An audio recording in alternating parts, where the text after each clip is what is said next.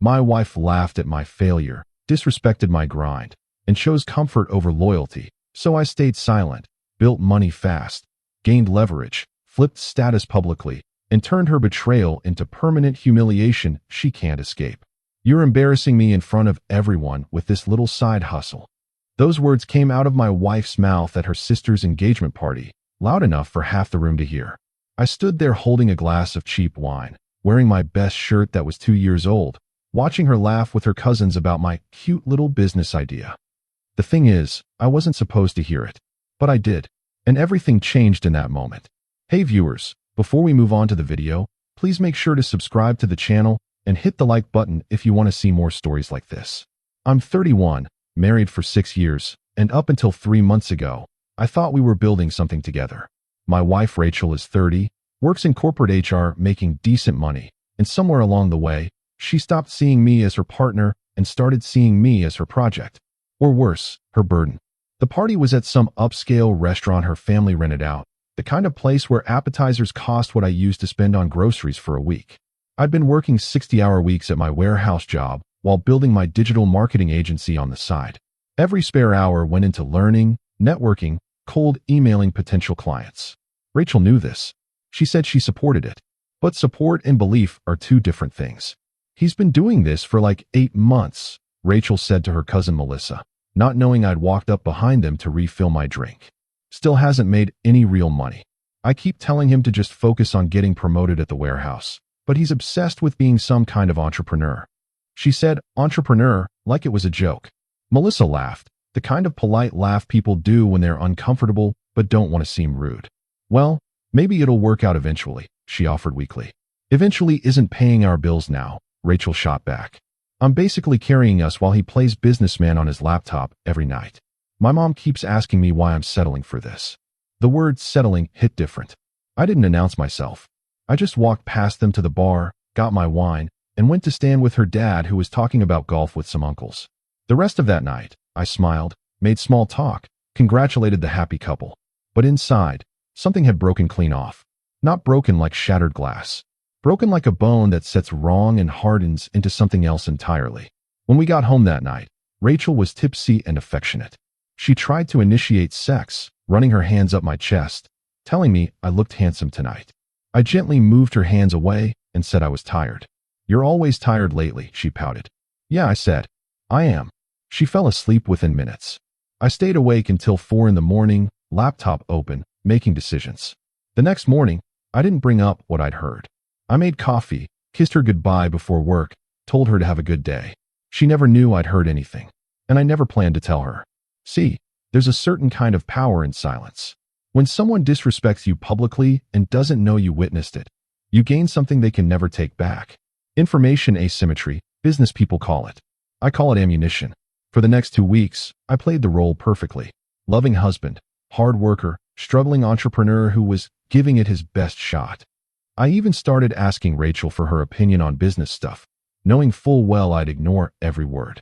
She ate it up, thought we were communicating better. Meanwhile, I'd started making moves she knew nothing about.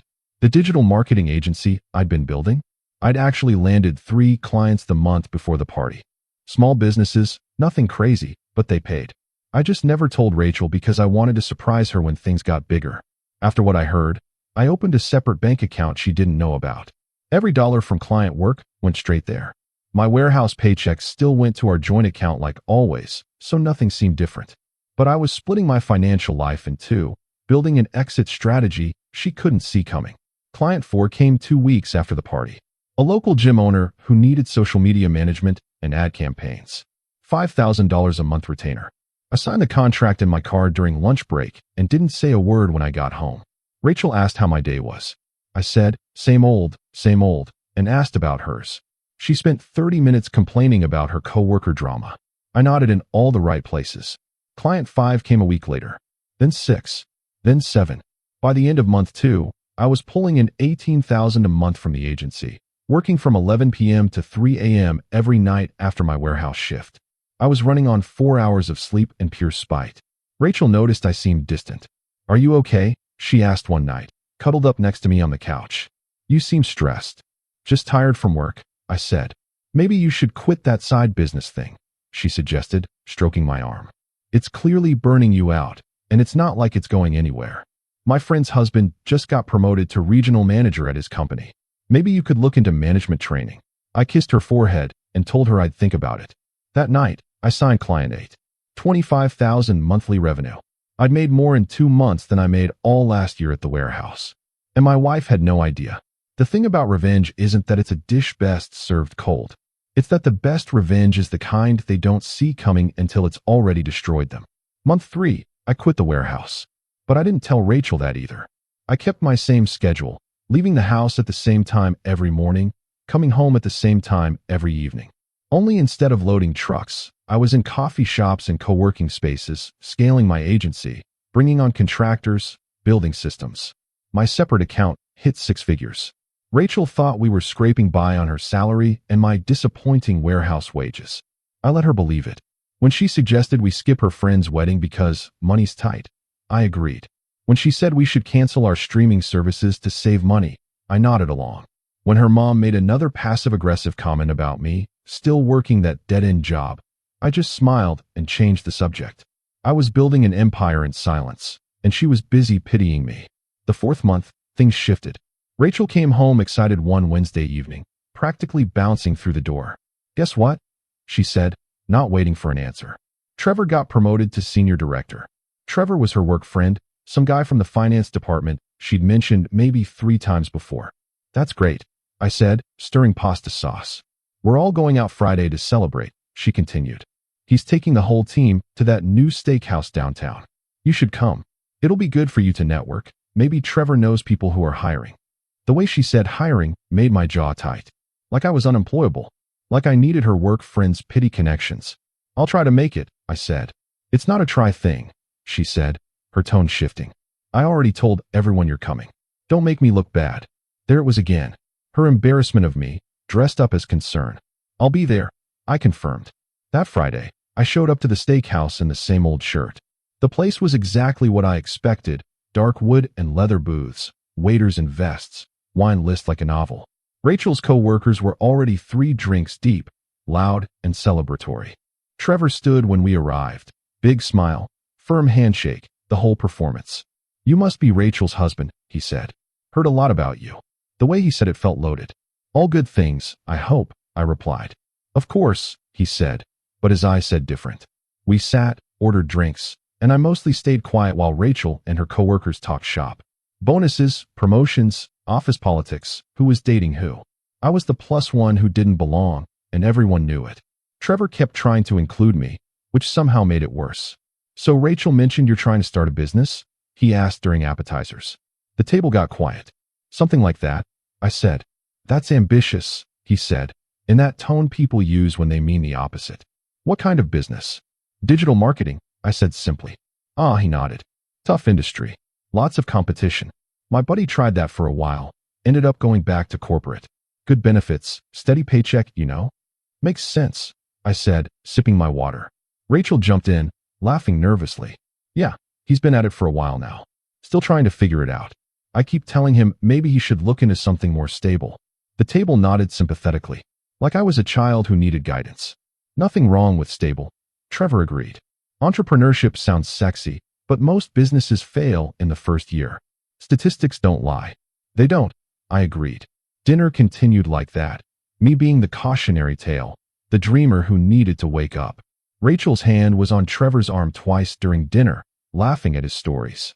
I noticed. I didn't react. When the check came, Trevor grabbed it with a flourish. "This one's on me," he announced.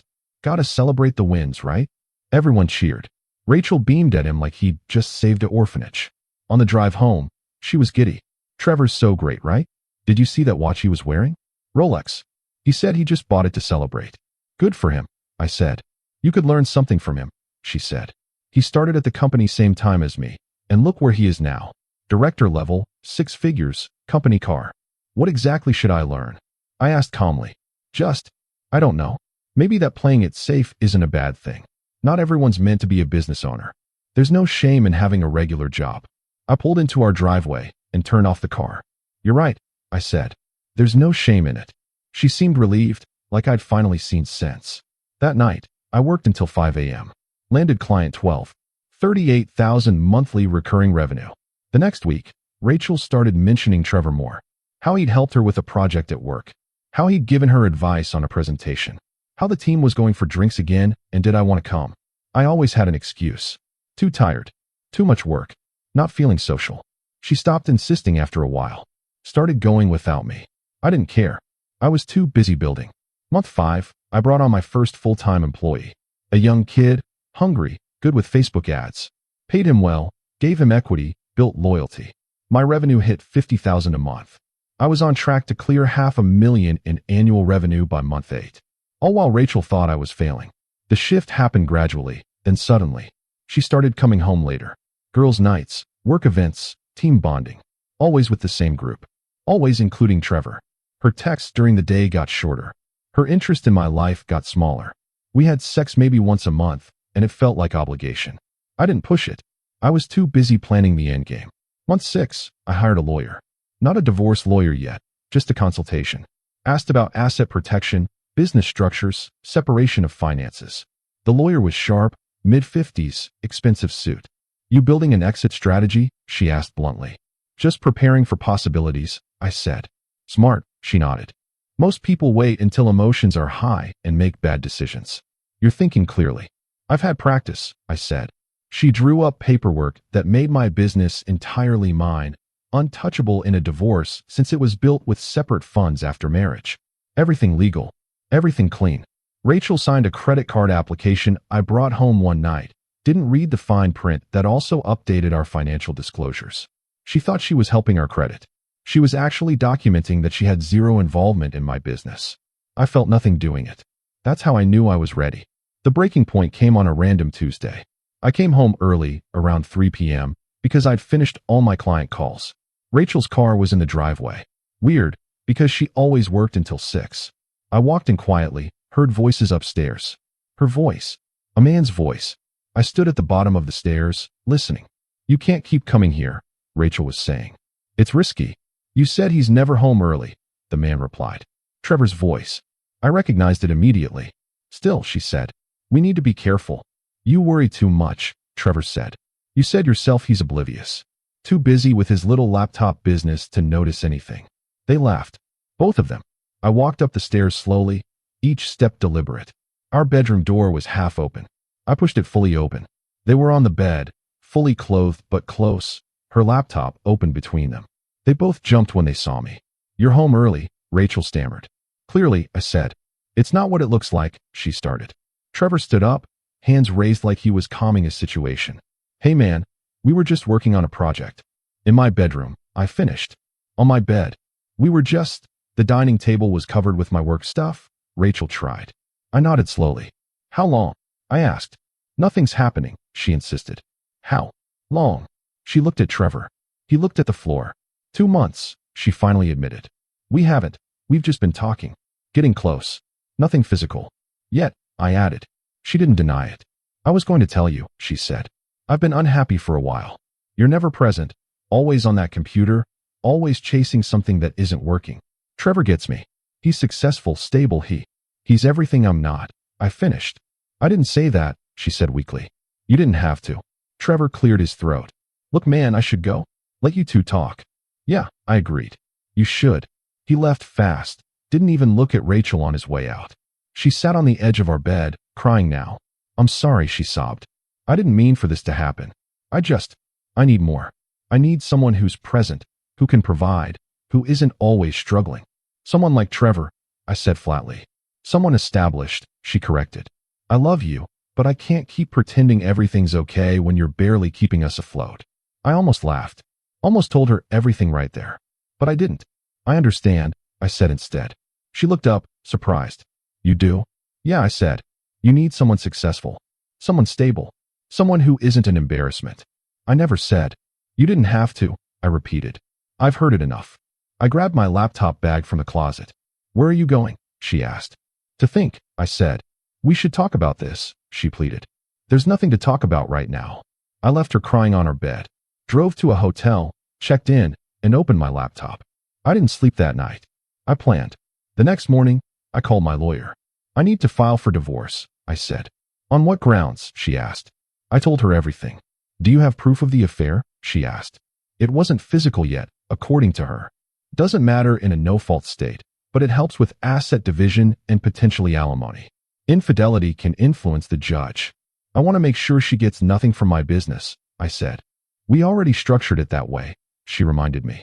The business is yours, built with separate funds, no marital assets involved. She has no claim. Good. But, the lawyer continued, you're still married.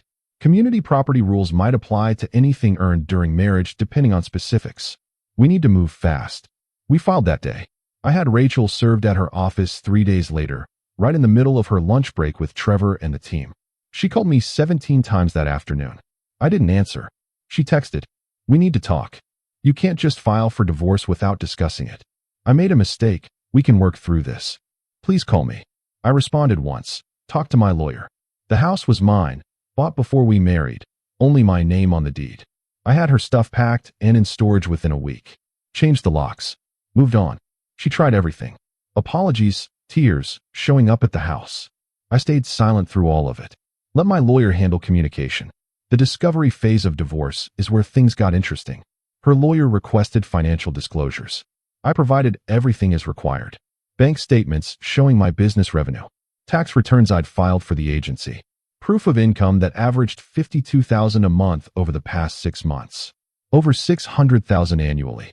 Her lawyer called my lawyer, confused. Your client listed his occupation as warehouse worker on the initial marriage documents. He was, my lawyer confirmed. At the time of marriage, yes. He started a business during the marriage. And the wife knew nothing about this income.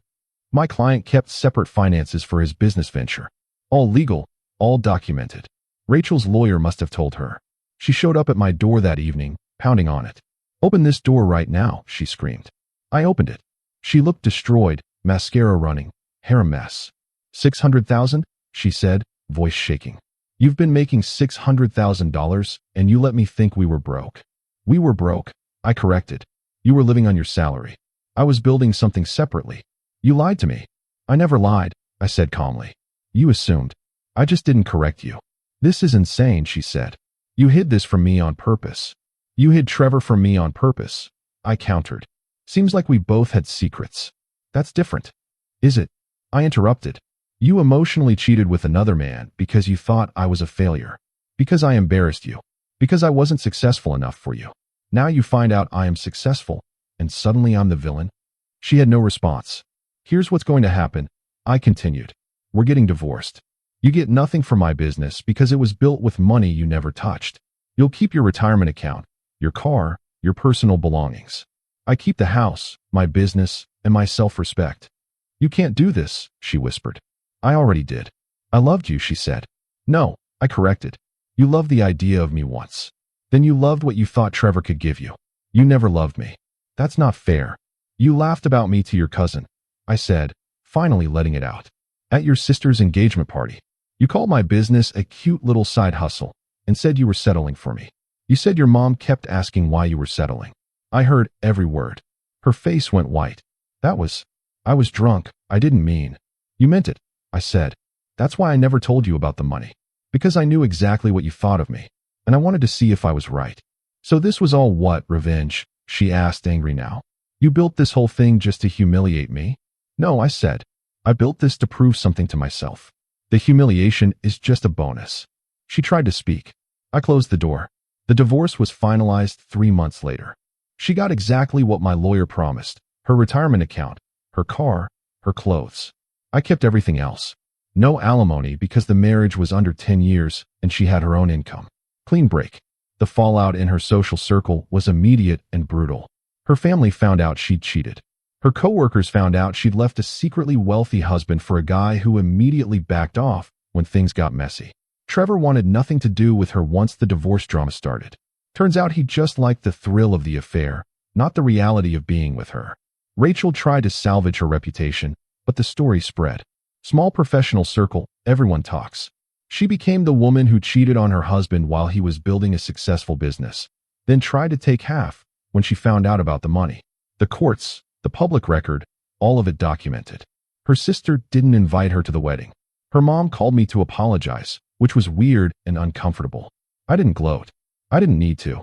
6 months post-divorce, my agency hit 1 million in annual revenue. I hired 10 employees, moved into a better house, started dating someone who actually respected ambition.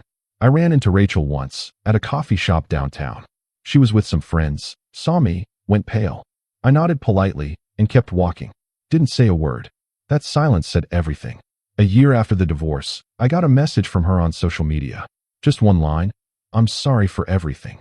I read it. Didn't respond. Blocked her.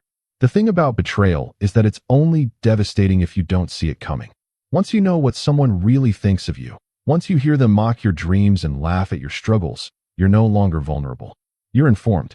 And information is the ultimate power. Rachel spent years thinking she was the successful one, the stable one, the catch. She thought I was her charity case, her project, her embarrassment. She built her entire self-image on being better than me, and I let her believe it while I built an empire in the shadows. When it all came crashing down, she lost more than a marriage. She lost her narrative. Her family knows she's a cheater. Her coworkers know she betrayed someone who was secretly successful. Her friends know she threw away a gold mine for fool's gold. And she has to live with that forever. I don't think about her much anymore. Sometimes I see her car around town and feel nothing. No anger, no satisfaction, no regret. Just the quiet knowledge that I won by refusing to play the game she thought we were playing. She wanted a successful husband. She had won. She just didn't know it because she was too busy looking down on me to notice what I was building. And by the time she realized her mistake, it was too late. The money's great, don't get me wrong. The business is thriving. Life is comfortable. Future is bright. But the real victory isn't the bank account. It's the look on her face when she realized everything she thought about me was wrong. That moment when her entire worldview collapsed. When she understood that while she was busy judging me, I was busy proving her wrong. And she'll carry that humiliation forever, in every conversation with her family, every interaction with mutual friends, every time someone asks about her ex-husband. She'll have to admit that she left the successful entrepreneur for an affair that went nowhere, that she mocked my dreams while I was making them real, that she gambled on the wrong man and lost everything. I didn't need to say a word. The truth did all the talking. And truth, it turns out, is the most devastating revenge of all.